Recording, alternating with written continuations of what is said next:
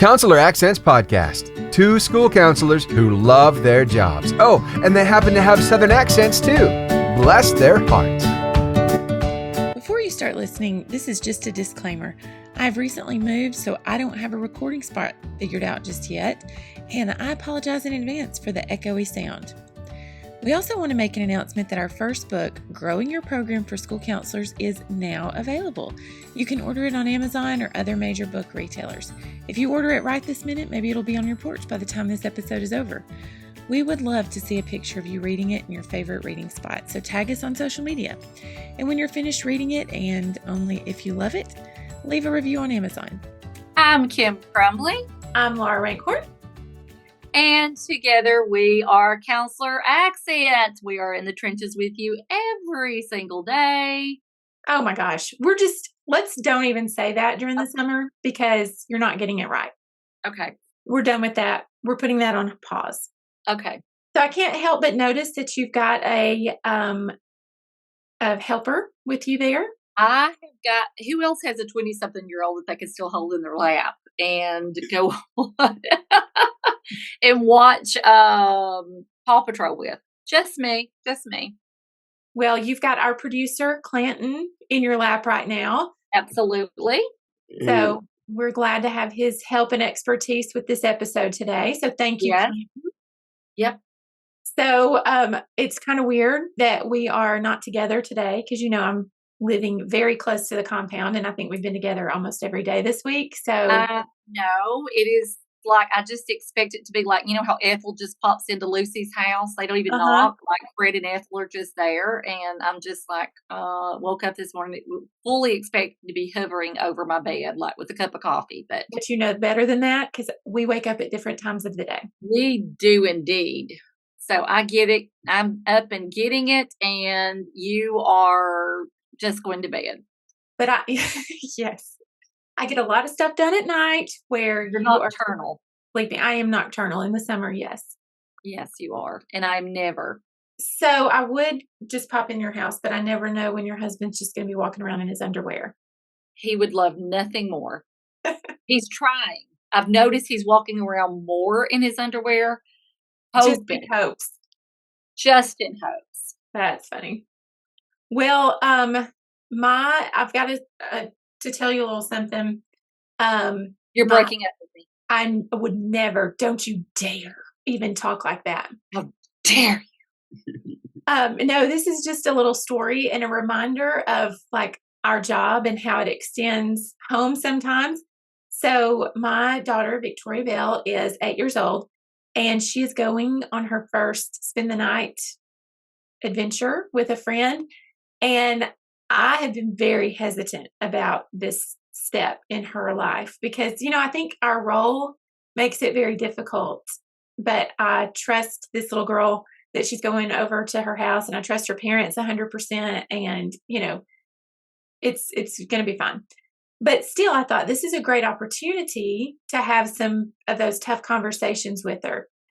So I said, if you are ever in a situation, I said, if you have another spend the night party and you're with your friend, and I said, I don't know, maybe they've got a phone or something and they say, let's start chatting with people. It's fun. I said, I want you to call me immediately. I said, you can say, I've got a stomach ache. I need to go home. I said, and I will come get you immediately. And just tried to explain that to her. And Victoria Bell. And so you can probably envision this, but she just sat there for a second and she looked at me and she said, but wouldn't that be a lie? And I said, well, yeah. And she said, couldn't I just go tell her parents, hey, she's looking at things she shouldn't be on the internet and I'm worried about her safety? That makes more sense. I was like, and that's what I told her. I was like, yeah, actually, that's a much better option than what I just told you. So, yeah, let's go with that. If she could be the parent. Things would be so much different. We'd go to bed at a decent hour. She would. She is the most adult child. Well, we had a safety word with my oldest son, Spencer, if he went off somewhere. But usually the safety word was just because he was wanting to come home. It wasn't, he didn't like what they were Nuh-uh. serving for dinner, or he didn't, there would be something like that, or he was just homesick. So pizza was his safety word, and now he's all grown and has his own family, but that's still our joke. If something's going wrong, he'll call and say pizza. That's funny. Ours was watermelon. Yeah. And sometimes my mom, like if I'm involved in something and not talking a lot to her, then she'll say, "Do you need watermelon right now?" Is this a situation? And I'm like, "No, it is I'm stuck with Kim at her dentist appointment situation or whatever." Which happened yesterday. It was an orthodontist. And yes, I am at an age where you would think the orthodontist was a thing of the past, but it will never be, because I'm a tongue thruster. And if you were a tongue thruster, you know that your teeth are constantly wanting to move. Oh, well, thank you for that. Thank you for that. Oh, empathy. All right. Well, on today's episode, we're very excited to have Lauren from the Counselor Clique, and we're going to kind of do something different with her, where we're recording one episode, but she has a podcast, and so she's going to use that same episode on her podcast, and we're going to use it on ours. So we're excited to just kind of share some of the differences and commonalities between what we do at all levels. Sometimes we feel like we are isolated in our own role as counselors, whether you're at the elementary, middle school, or high school level. We think that we're the only ones in our wheelhouse. So I'm excited to see what commonalities we can find and what are some major differences, which you already know because you have been at all of those levels. Yeah, so you but can be the judge. You can say, yeah, absolutely. I think I can. Never mind. I don't need you or Lauren. I'm just going to do this myself. You're just going to do this episode by yourself. Yeah. Okay.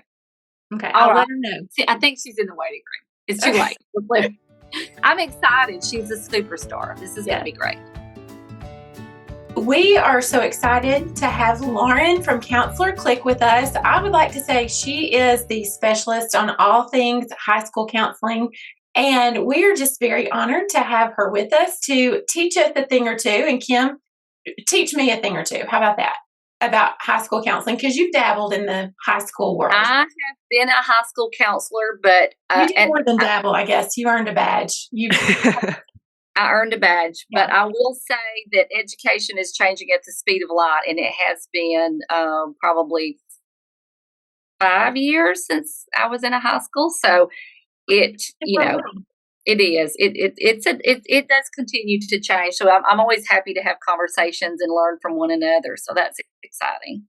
Well, that'll be good, because that'll be like your elementary, Laura, and then Kim, you have both, and then me is just high school. So we'll have a good conversation around both. Yeah, and Laura has just been hired as a middle schow counselor. So Yay. We're going to have a little bit of expertise in everything. So love it. Yeah, I know. So maybe we can cover everything, all age. Yeah. So Lauren, you probably don't need an introduction, but just go ahead and tell our listeners a little bit about yourself. Yeah, I'm Lauren Tingle. I am the voice behind Counselor Clique. I support high school counselors in social media world now. I was a high school counselor at the same high school my whole career.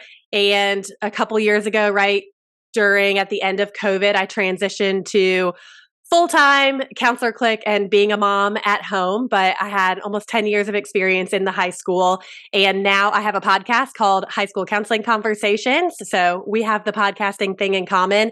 And I have a membership for high school counselors called the Clique Collaborative, where we support high school counselors with relevant professional development training, because there just aren't a lot of conversations going on about high school counseling. So any way that I can support high school counselors, I'm eager to do so. And it's really fun for me. It's a fun change of career, I guess, that I never expected, but I just love to get to serve high school counselors in a different way than I was before. Great.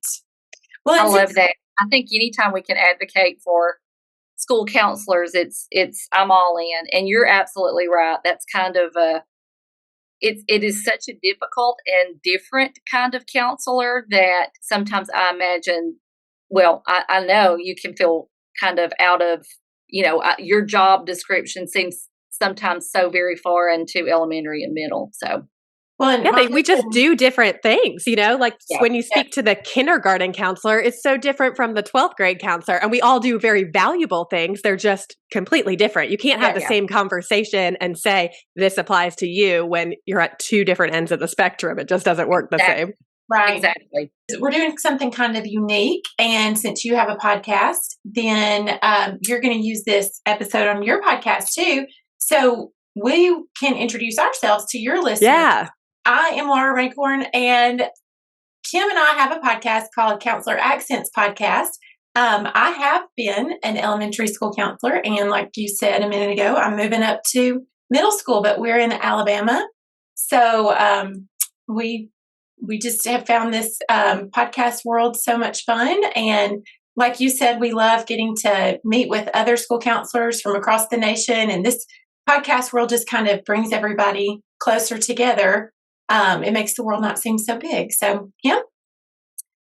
And I'm Kim Crumbly, and I now am in the same system, or Laura's now in the same system again with me, which is a lot of fun.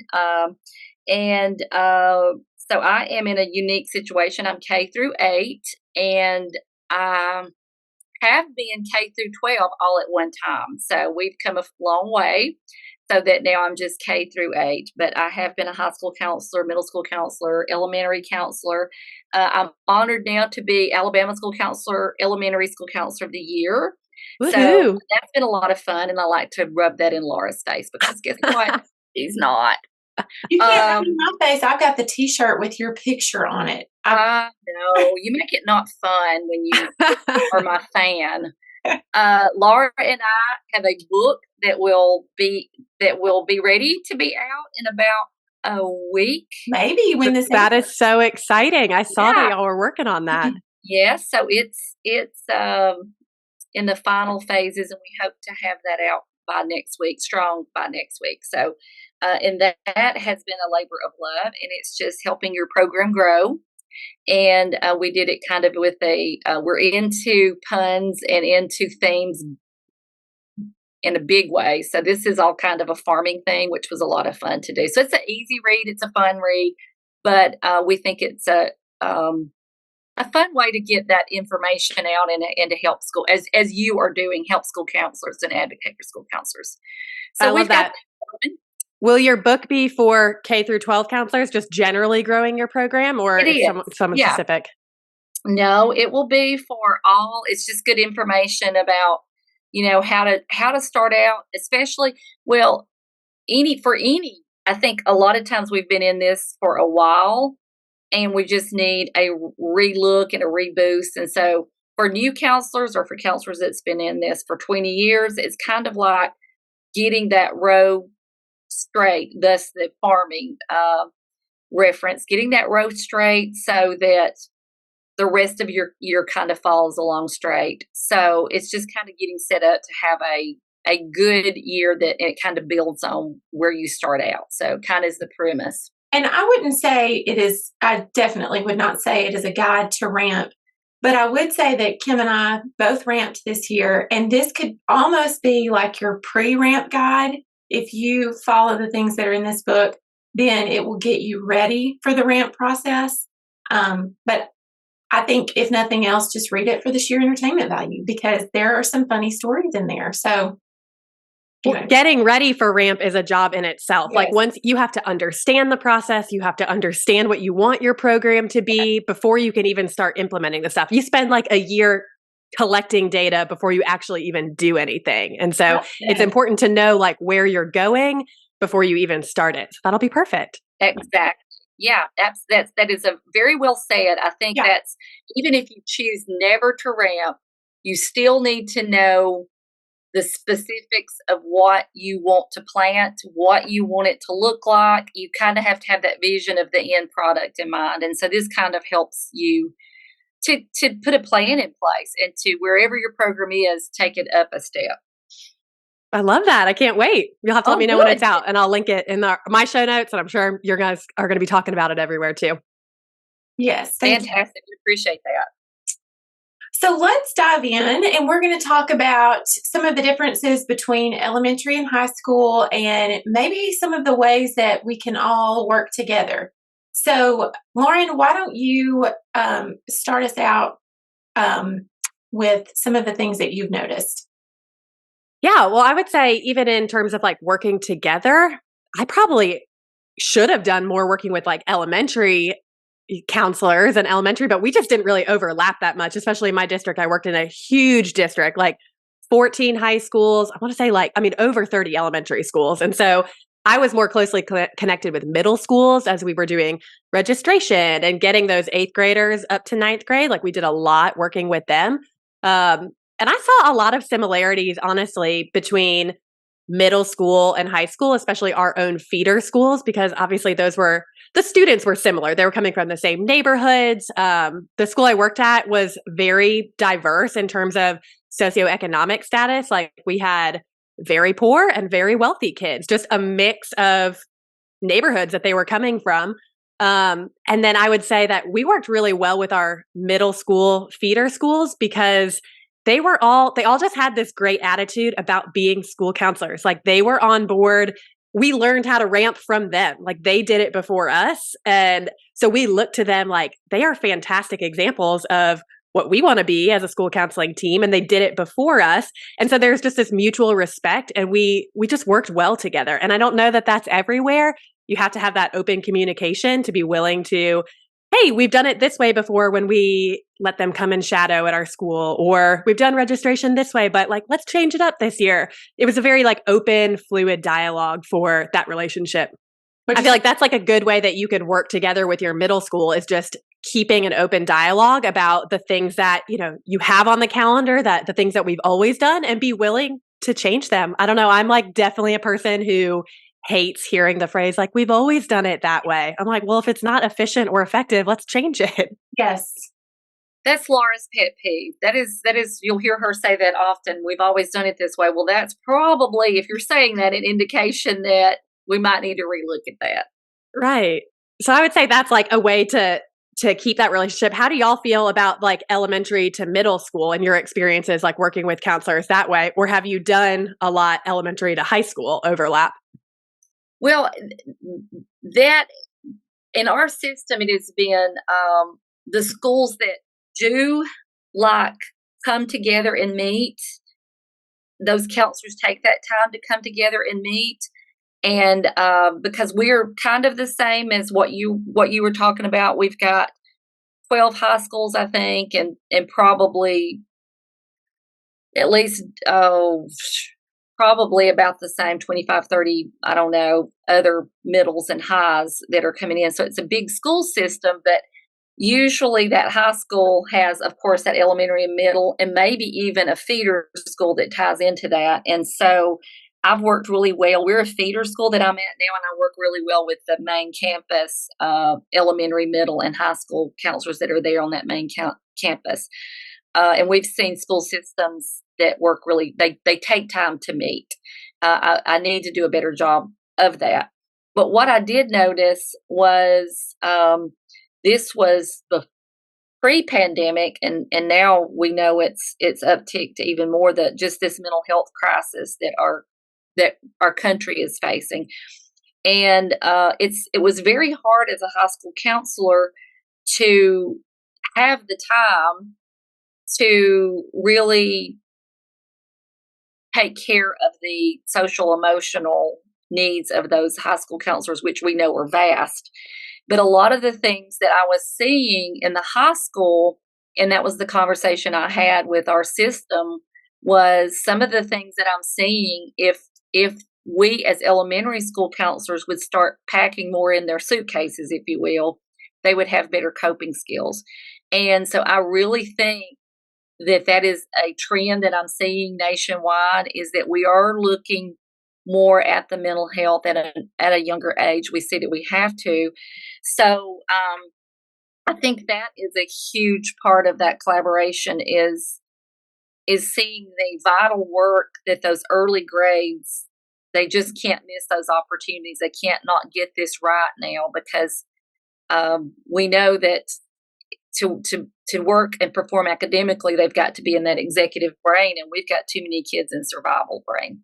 And I think that's where we're going to have to really pack that in at a younger age and get more training, more PD on how all that mental health stuff that maybe school counselors left college and really before this crisis. And we've got to be prepared for that. And I think that's where those conversations, like we need to know what the trend is in high school, I guess, to kind of put all that we can in before they get to that. One of the scariest things that I found with high school is those students who had they were in survival brain and our traumatic brain, and they had a car that they could drive. They had, they could get angry and leave school. They could, there were a lot of times I would call parents and where's your kid at? I'm very concerned about where their headspace is right now. And not that we don't see elementary and middle school doing, having suicidal thoughts and crisis, but I think it was more burdensome, I think, for me as a high school counselor. So those are conversations that maybe we need to all have with one another so that middle school and that elementary school counselor can see that burden that high school counselor has. Not that we all don't have it, but you've got adults basically in that underdeveloped brain. And that makes it a little bit scary. There's less mamas, if you will, that have hands on those high schoolers. So I think those would be great conversations to have. And I think I just came up with something for us three maybe to do a conference on and there you go. And have these conversations.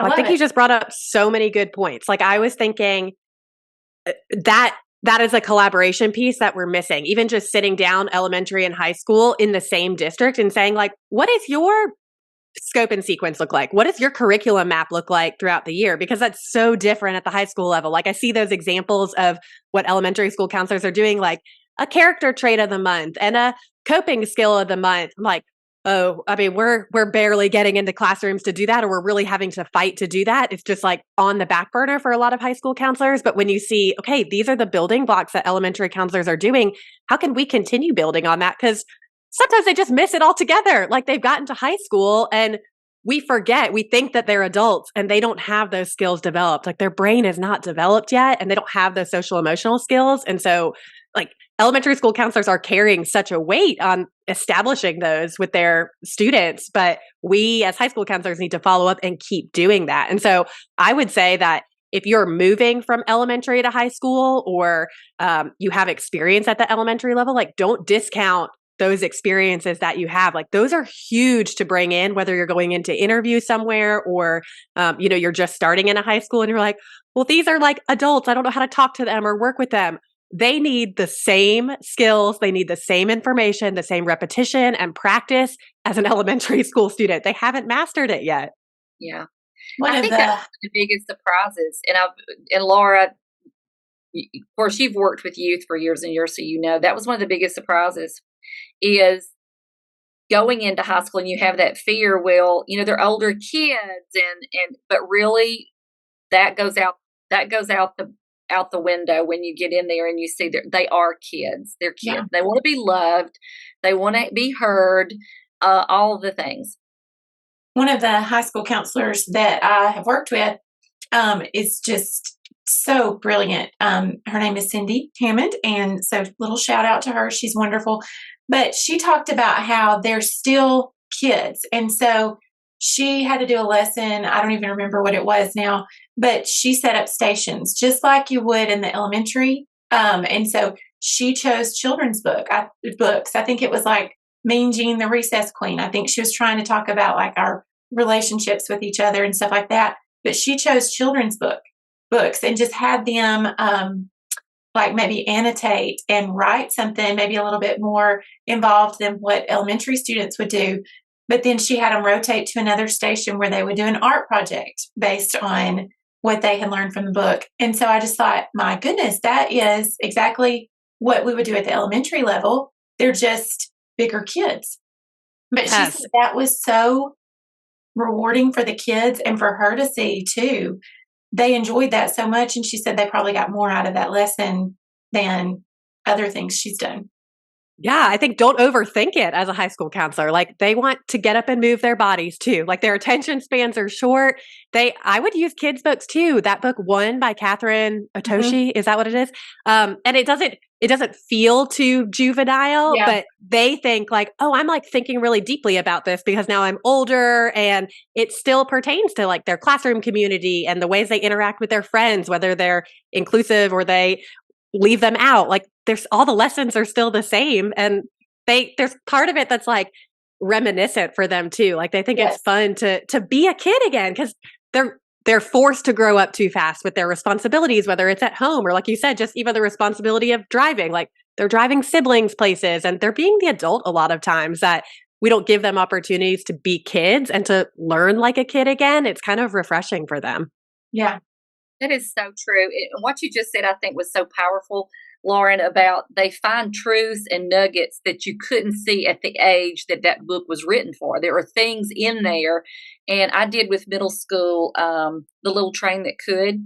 And we had this whole unpacking of that. But it's like you heard it as a child, but then you're really hearing this deeper message. It's almost like, these songs that I don't know if you were like this, guys, but like I'll hear a song that I would sing as a teenager, even as a teenager. And now I listen to it, I'm going, oh my gosh, what was Like, how did my parents let me listen to that? What was I saying? I was saying these words out loud.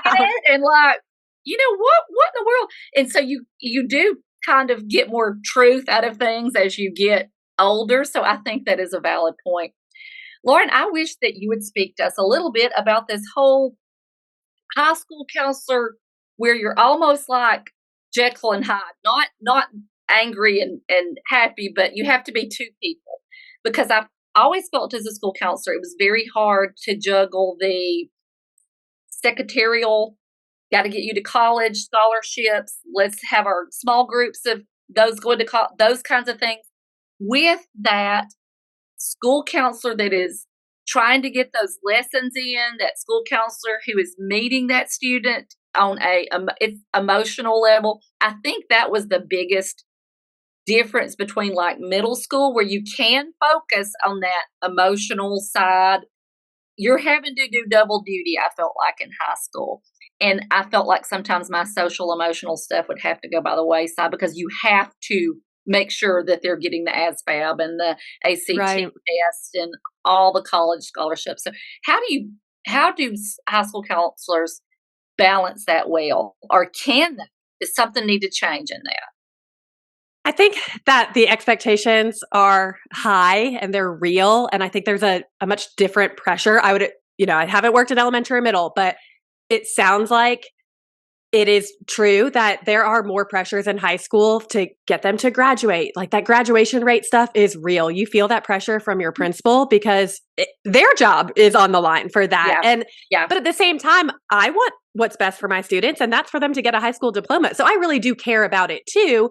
But I would encourage anyone who is like afraid of high school because all they hear, you only do paperwork. You sit at your desk and do paperwork and look at transcripts and submit letters of recommendation. I'm like, you do some of that, but it's what you want it to be. Like I have to get that stuff done, but I'm going to make time to see students. And some of that does come from the support from your administrators. Like if they understand your role, what you should be doing, they will allow you the time to do that. But at the same time, I tell people, don't be afraid to shut your door and block off some time to get some of that paperwork done, because that is your job too. So you don't need to feel guilty about doing it. Think about it. You are supporting students in some way by doing that, whether it's writing a letter of recommendation, submitting stuff for them on Common App, submitting some scholarship applications with them. Everything you're doing is for them. And yes, some of it is more tedious, like a state scholarship report or something, but then you get to look at it and be so proud that your students achieved all these scholarships. It's just kind of, okay, we got to jump through some hoops to get there. But when I would have days where I knew a lot of my day was going to be some of those deadlines that were coming up and I needed to work on it, I would pause and I would be like, okay, I need to just go check in with some students. I'm going to leave my office. I'm going to go knock on the door of this classroom and talk to them in the hallway. I'm going to go see these students in the cafeteria. I'm going to make sure I'm outside my office when the class changes so I can interact with students, because that's what would bring me joy. And I know if I'm sitting doing paperwork for a week straight with my door shut, that's not going to fill me up. I'm not going to be happy at my job. I'm going to be pretty frustrated and burnt out. And so I don't want to lose that flame. So I'd say it's possible, but there are seasons of the year even when there's more of that, like October, like in the fall, and your seniors will feel like they're taking a lot out of you. But so much of it is one-on-one stuff too. Like you're sitting with a student and their parent answering questions, and you become this expert in things you didn't even know you could be an expert in. But it's a balance for sure. And I guess there are places where maybe it's more paperwork, but when people say that's all you do, I'm like, I don't think you're doing the right thing. Like, I don't know that you're aligning your priorities, because that's not what I would choose to do all day. So I wouldn't do that. So you got to strike a balance between all the things. And one of the things that you said really stood out to me, don't feel guilty for those times that you have to do the paperwork. And Kim and I have talked about that, and we even mentioned that in our book, that there are times when that is a necessary part of our job. No matter what level you're at, that's a necessary job. Those things have to get done.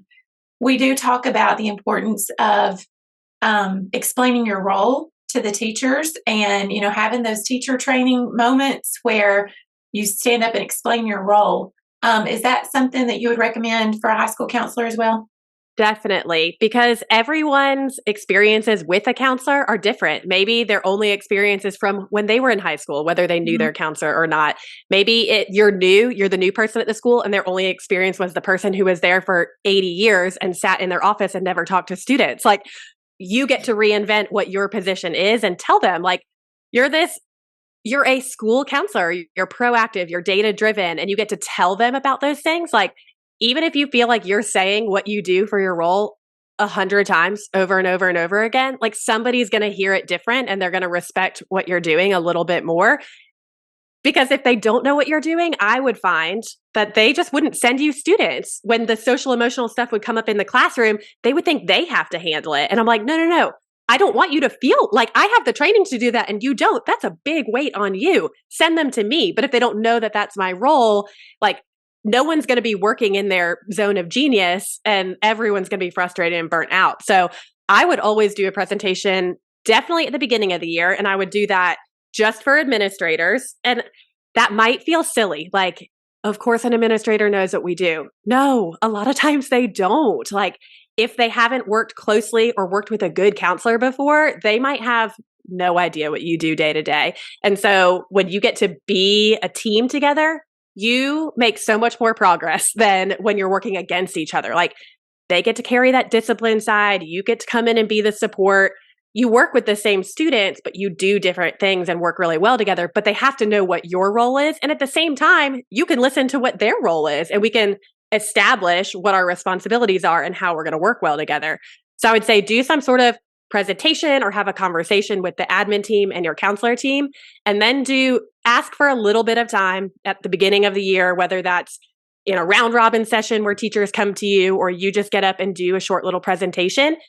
Just like students, they need to know what you do and what you don't do, because we all know, like, students constantly have misunderstandings about what counselors do. I remember asking students, just to prove a point, like, to tell them what we do. What do you think I do? What are some things? They're like, dress code, discipline. I'm like, no. I mean, I don't care. I don't care what you're wearing. I mean, please be clothed, but like, it's not my responsibility to keep you in line in that way. But students are just as confused as teachers, as admin. And so I also don't think it's bad to do it each semester. Like, you have teachers moving into different roles who they weren't paying attention at the beginning of the year meeting because they were an aide in the special ed classroom, and now they're teaching for real full time. They are the teacher in this classroom, and now they're listening to the procedures of school. And so everyone to hear it multiple times, I don't think is a bad thing. And you get them listening, they understand your role, and so you get to perform in your role. They're not confused why you're talking to students, because that can be weird too. If the person before you never talked to students and now all of a sudden you're calling students down from their class, they're like, what are they doing with my students? Why aren't they in class? Now they understand. You're like teaching them something. You're problem solving with them. You're working through something hard. You're filing a DSS case. I mean, all the examples of things you might be doing, they might have no idea. So I think the more you can talk about it and advocate for your role, then the better. Absolutely. They'll assume what you do if you don't tell Yes. them what you're doing. Well, Exactly. and the same thing, no matter what level, it's a great idea to have those conversations with your administration because the administrators have a job to do too. And if you don't tell them what your role is, then they're going to create that role for you. And that's where a lot of frustration comes from is the lack of understanding, but it's really a lack of communication. If they see that you're confident in your role and you know what you're supposed to be doing, then a lot of times that eases their mind because they've got a school to run and it falls on them. I wanted to tell you that when I was with little bitty students, little bitty ones, we talked about what my role as a school counselor was. And one of the students said, when I said, "What do you think the school counselor does?" He said, "Well, you cancel school." And I was like, "What?" He said, "You make the calls whenever we're out for snow." And I was like, "How in the world?" But it hit me, school counselor. Canceler.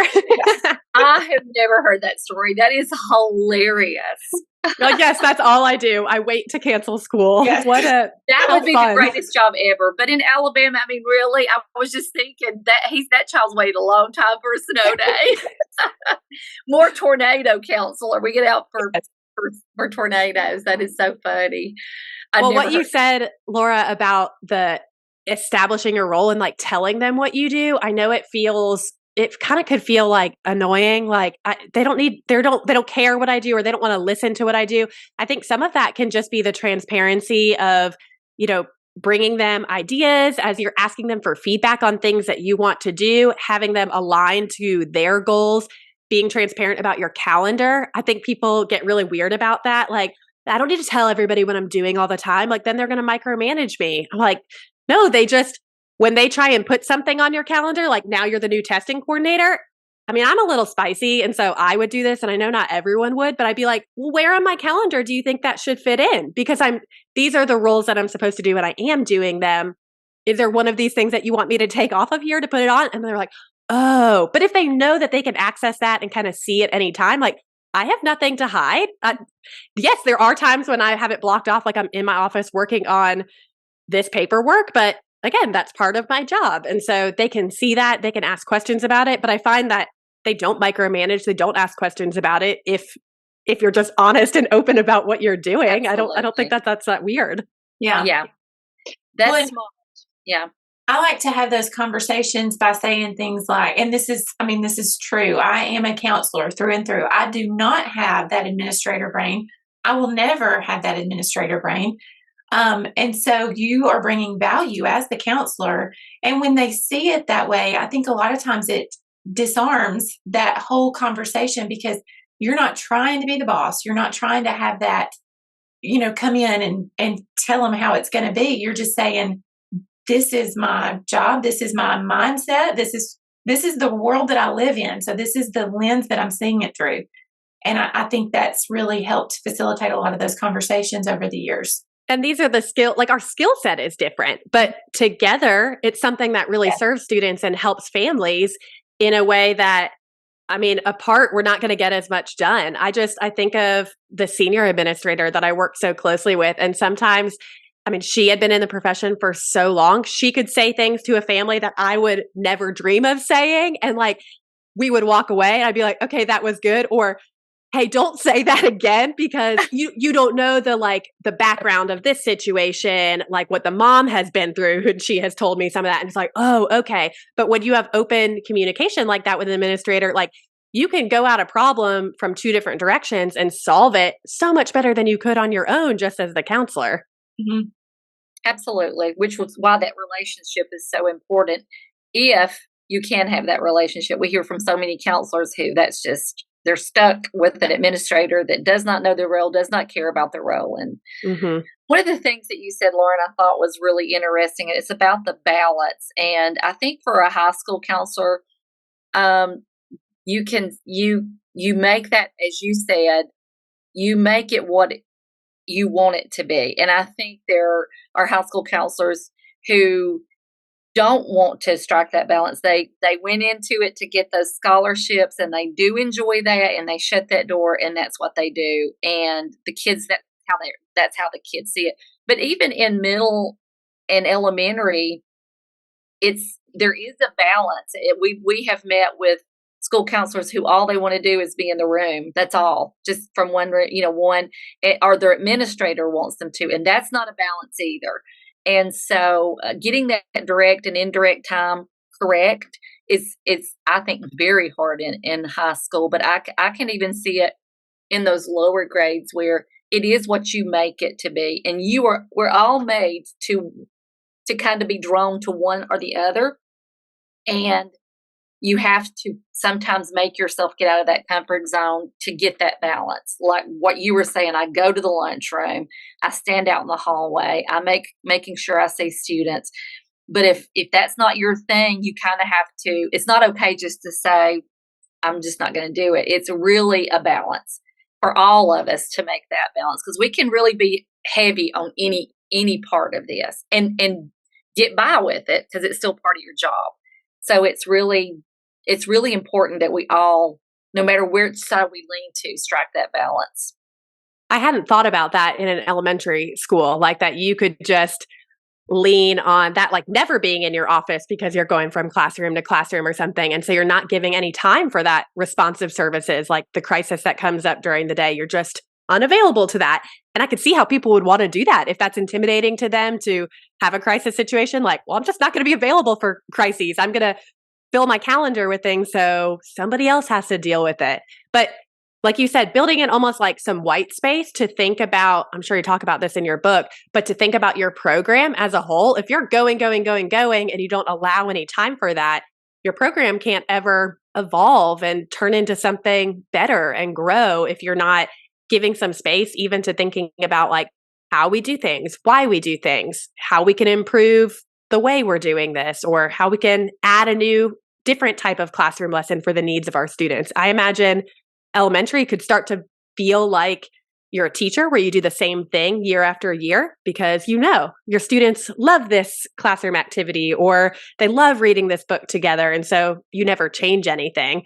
It could be like that in the high school too. You never challenge yourself to teach more of the social emotional skills because they need the academics, reading a transcript, learning about scholarships. But we have to give ourselves the space, the white space in our schedule. And maybe that's at the very end of the summer, right before the school year starts, to evaluate how our program is doing and what we want to keep the same and what we want to change. Yeah, well, that's so important. To your point too, no matter what level you're in, if you're running a data-driven program, then it's going to change every year because you've got a different group of students with a different group of need or different set of needs. So, whether this group of students responded to this book or to that activity at high school or, whatever, you've got a different group of students coming in. It does not matter if this group responded well or not. You've got to look at the needs of this group of students, no matter what level you're in. So, that's one thing that's the same across the board. I just did a podcast episode on needs assessments, and I was like, I'm really passionate about like not putting out a needs assessment and saying, hey, this is one size fits all. People are always asking, who has an example of a needs assessment? I'm like, it's going to be so different for your school. But I was even thinking it's different at my school from year to year. I can't copy and paste the same needs assessment. When I look at the data from the end of the year and I think about what our goals are for the new year, I'm going to ask different questions depending on what my students might need this year and what I'm observing and noticing and what questions I want answered. So it's not a one size fits all. And I think that's across the board too, elementary, middle, and high. Definitely. It is. And we speak to that too, that using that needs assessment is not a huge data piece. There are so many other things that are more valuable as data for us to use. And it's just that and no more. But you're absolutely right. So we're agreeing with you on that, Lauren. Well, Lauren, we have kept you and we've done as much talking as you have, but it's been so much fun to sit elementary, middle, and high all together and have a conversation. And so it's been a lot of fun. But is there anything that you're passionate about before we go, that you want to talk to us about, or what you have going or what's next for you? Yeah, I was just saying, I was actually like surprised. I was coming in here being like, there are going to be so many differences between elementary, middle, and high school, because I feel like when you do your practicum, when you do your internship, they are so different. Like you get 1,000 hugs in the hallway from elementary school. In high school, I'm like, I don't really want to give you a hug. Like, you smell bad. But like, there are so many things that are different, but we are acting in the same role. Our students have very similar needs. Like you said, they are kids through and through who want structure and discipline, and they want to be loved and they want to be known and cared for. That it's cool to see that we are all in the same roles and we have the same heart for what we're doing, no matter what the level is.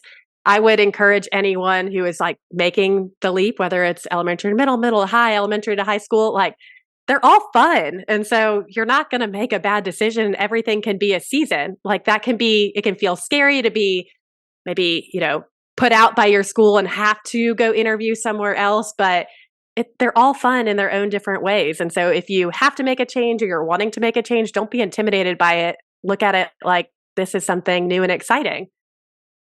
That is perfectly said, and you're absolutely right. Laura and I say everything we do, we look at it like, well, this, if it's something new, well, this is new. Let's see what happens. And Yeah. I love your attitude about that. You're absolutely right. I think it is what you make it. Lauren, thank you so much for coming on. Of course. Keep advocating for school counselors. You're doing a great job, and we need all the advocating we can get, and shout outs and praises for our hardworking high school counselors. Well, y'all are doing the same. So I appreciate the conversation. It was really fun. Thank y'all. Thank you. Well, I feel like we have a new best friend. I love her, and I'm so glad that I took the time to reach out to have her on the podcast. Yes, that was all you. Thank you.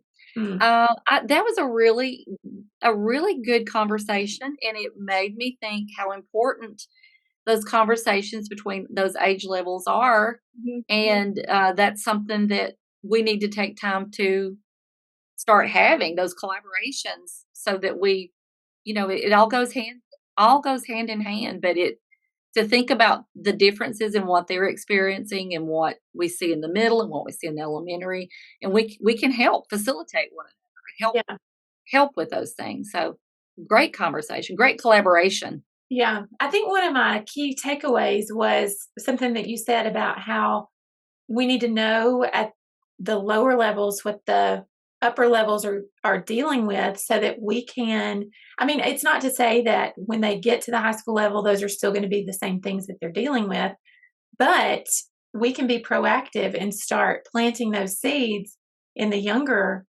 years, so that, maybe those aren't the things that the high school counselors are dealing with, or maybe they'll see a difference. It would be interesting to collect data over the years.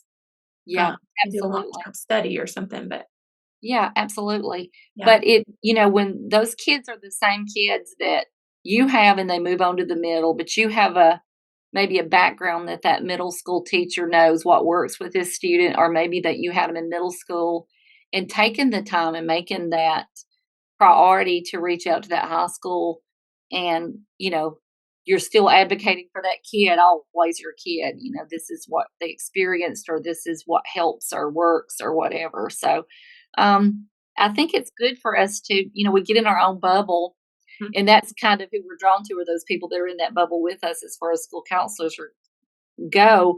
But I think it's very important that we do reach out across those levels to see what's trending. What are they seeing in high school now, and how can we, because when we do those, you think about those vision statements that we're writing, and we write those vision statements for what those students are going to be down the road. And as an elementary counselor, say, or even as a middle school counselor, are we still seeing those things that we put in place? That was the reason we did it, at the time. So I think you have a part in that. So it was very interesting. And I was for real when I said I would love to do a collaboration among all grade levels, just to hear about how they think differently, or what they're seeing. Yeah. Well, that is a challenge maybe to our listeners, that as you're starting to prepare for the upcoming year, maybe think about how you can bridge the gap between where you are and the next level above you or below you, or wherever you land in that, and just have some of those conversations. Talk to your supervisor maybe, and see about arranging those meetings, or just step out of your comfort zone and invite somebody to lunch after a meeting that maybe is at a different level than what you would normally Absolutely. with. All good ideas. All right. Well, you can follow us on Instagram. You can follow us on Facebook. At the time that this airs, you will be able to order our book. Is that too bold to say? Well, it's not very Southern, but we'll go ahead and be bold. Well, We'll see. You may be able to order our book. And if so, it'll be linked in our show notes. very good. Okay. Have a good week.